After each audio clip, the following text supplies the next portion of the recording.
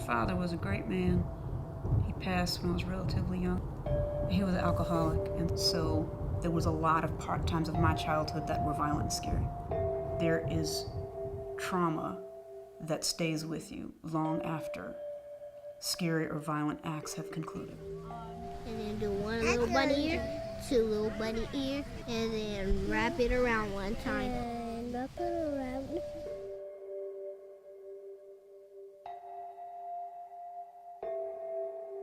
I don't think the public understands completely that every child that comes into this system is a victim. They are all the victims of abuse or neglect by someone close to them, generally their parents.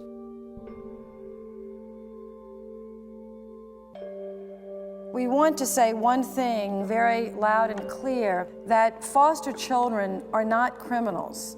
They're not delinquents. They are children that are in desperate need of love and care and support. This is a system that's designed to protect and serve children. And we're talking about our greatest natural resource.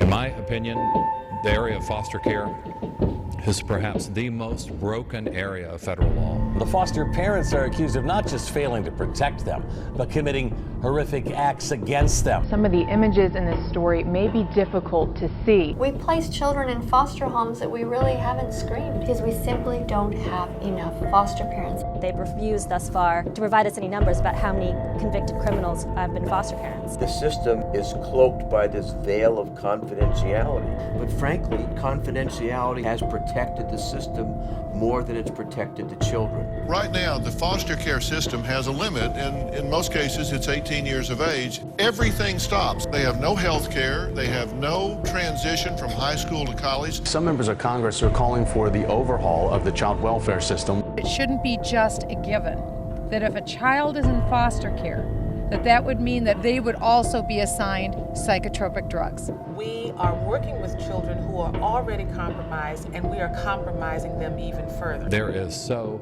much more that we need to do. Bigger, better, bolder reforms that would help the 500,000 children who are in government supervision today.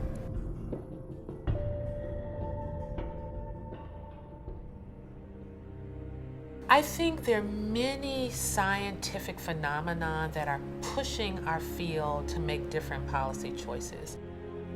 We have learned an amazing amount in the last decade about the development of the brain. We didn't know that abuse and neglect in early childhood affects the architecture of the brain. Now we're beginning to develop the knowledge to understand what we can do about it. What can we learn from technology that we could then bring into foster care?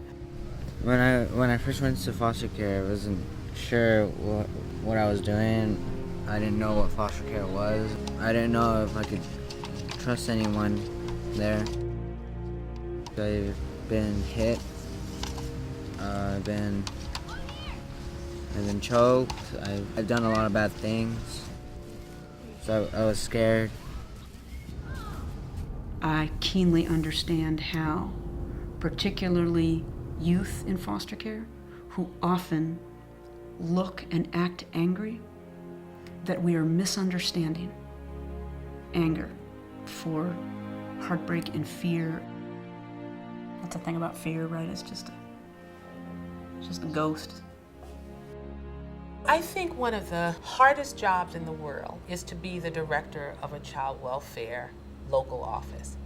I cannot imagine a job that is harder because you are responsible for the survival of a set of children. And sometimes we're talking about whether children live or die. You have to lead a workforce who are living the trauma that their caseloads are experiencing. And you are bombarded by media about the work you've done. On top of that, you don't have a good budget. Molly McGrath is one of those people who has done that and done it amazingly well. Over a 5-year period, we reduced the number of children in foster care by 58%. We reduced the number of kids living in orphanages by 89%. We increased adoptions 59%. We increased the number of kids that left foster care for families by 47%, and we paid all our bills on time. I was inspired to do a TED Talk because I'd done 20 years of work in a field and learned something that shocked my system, and I wanted to have it said.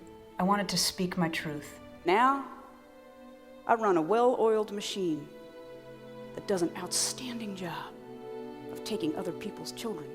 I regret that this success has not also resulted in us actually helping people. Awful things happen to children in foster care. Short term, their outcomes for important things like health and education are abysmal, and long term, it just gets worse. Kids that grow up in foster care, overwhelmingly destined for the penitentiary, the morgue, or the child welfare system when their own kids come into foster care. I began to speak more boldly and thought, we'll see. If I spoke this belief and the sort of system spit me out, if the world said, nope, don't you dare. And, because who knows, it could have been career ending, who knows. The reason child welfare isn't working is because there are children in foster care. It's not that government's doing it badly. It's that foster care is a bad idea. The error is the intervention. The system's doing the wrong work, so it doesn't matter how much you fix it. Its DNA is organized to take people's children, and it's organized to dismantle families and to keep them in foster care. The only time the federal government pays me is when I take somebody's kid. And as soon as that kid's in foster care, they instantly become a commodity, and the industry starts to wrap around doctors, lawyers, judges, social workers, advocates, whole organizations. Child welfare is an industry, and industries are self-protecting ecosystems. The industry is committed to this intervention, this taking other people's children, because that's what it needs to survive. There are a lot of people who are very, very committed to the industry as it is. And so my proposal is rattling their cage a little bit. We're not going to fix child welfare by reforming systems or bringing in fancy new directors or pumping a lot of money into it or changing the funding. While some of those things may need to occur, what's going to fix it is a shift in the minds of the general public of what we're expecting child welfare to do.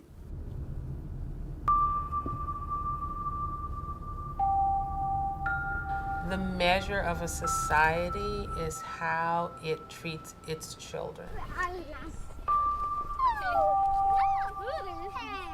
It tickles. We have not yet, as a nation, decided to dedicate ourselves to this population.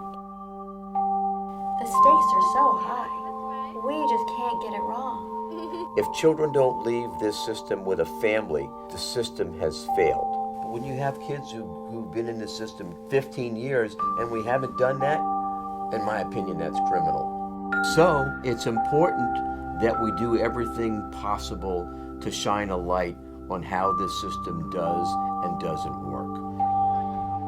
We have abandoned swaths of our children into these systems, and we need to rush to their proximity. We need to love the hell out of those children, and we better start quick. I spent a lot of my life being driven by fear. I will not let fear drive my life. I'm so insistent on it that I needed to write it permanently on my body.